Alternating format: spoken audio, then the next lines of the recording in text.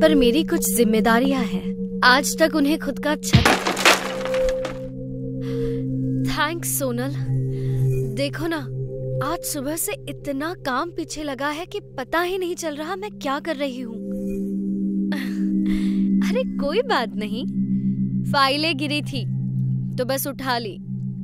और प्रेशर लेके काम मत करना। काम जितना एंजॉय करोगी उतना ही जल्दी होगा, देख लो। थैंक्स यार, सच कहा तुमने। Thank you so much. Come in. Sir, वो मेहता एंड एसोसिएट्स की फाइल लाई हूँ। लेकिन ये तो 2 फाइल्स है। हाँ सर, आपने कहा था ना कल आपको गोनसंस प्राइवेट लिमिटेड की फाइल चाहिए है, वो भी पूरी कर दी मैंने, वो भी रखी है सर। सोनल, मुझे सच में प्राउड है कि मैंने तुम्हें यह जॉब ऑफर की। एक बात कहूं, तुम्हारा फ्यूचर ब्राइट है। पुनीत, अब अंदर आ जाओ। चली गई वो।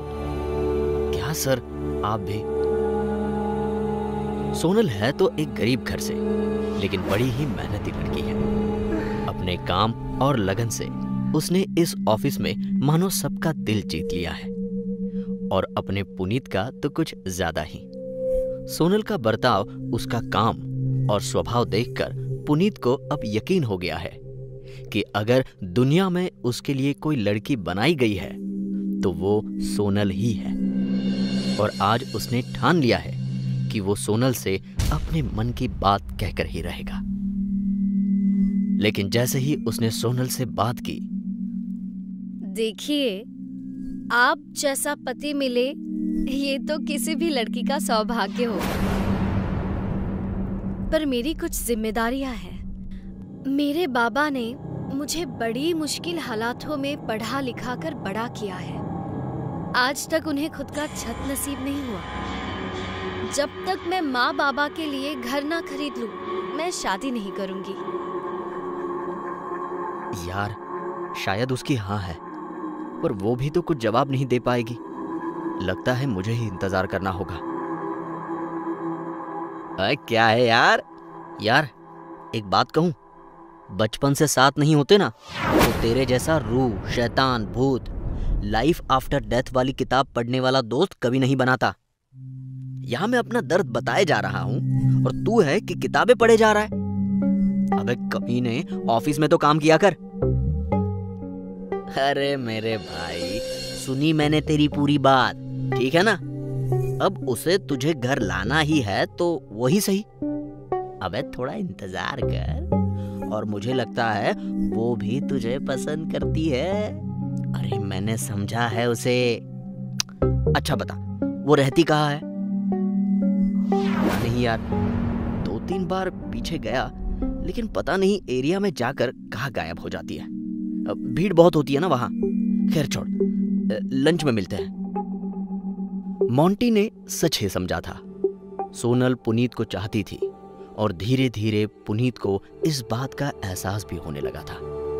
सोनल का मीटिंग के दौरान पुनीत के पास बैठना, लंच बॉक्स में उसकी पसंद की सब्जी लाना, पुनीत दिखे तो हल्का सा शर्माना, ये सब देखकर पुनीत ने एक बार फिर से अपने दिल की बात छेड़ ही दी।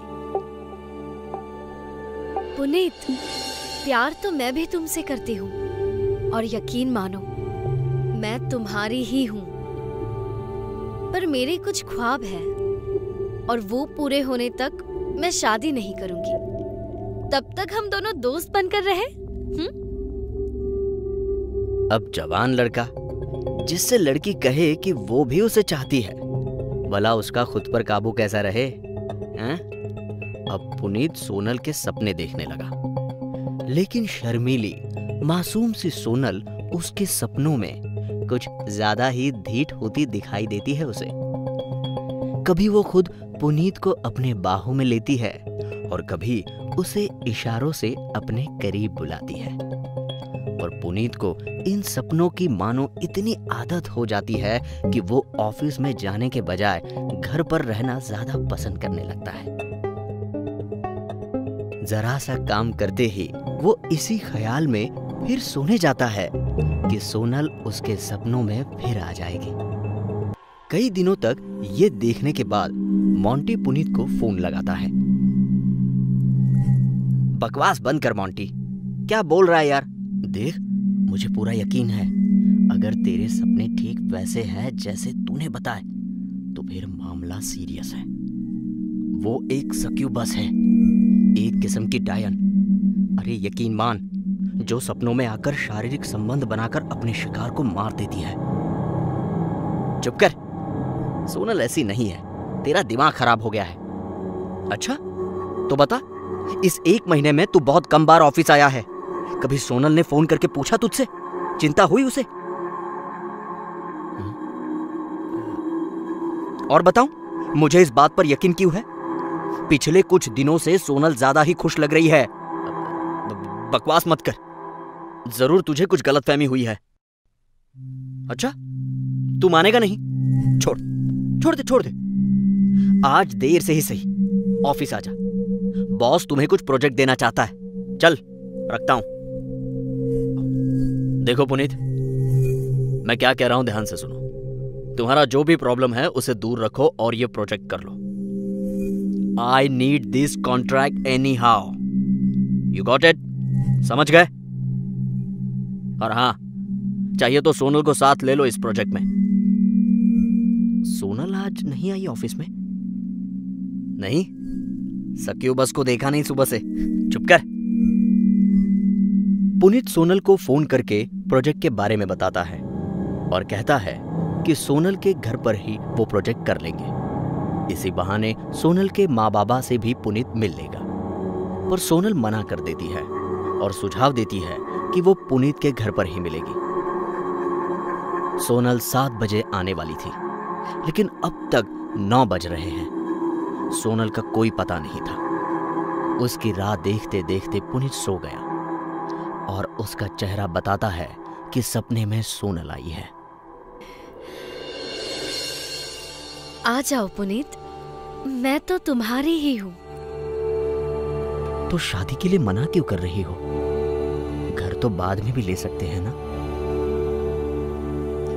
अब ये सब बातें छोड़ो, करीब आओ पुनीत, मुझे तुम्हारी जरूरत है।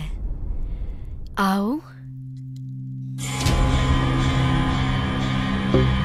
और पुनीत की आंख खुल गई। सपना ही था, ये जानकर वो कुछ राहत पाता है और अपने दिल को संभालने के लिए हाथ दिल पर रख देता है। तभी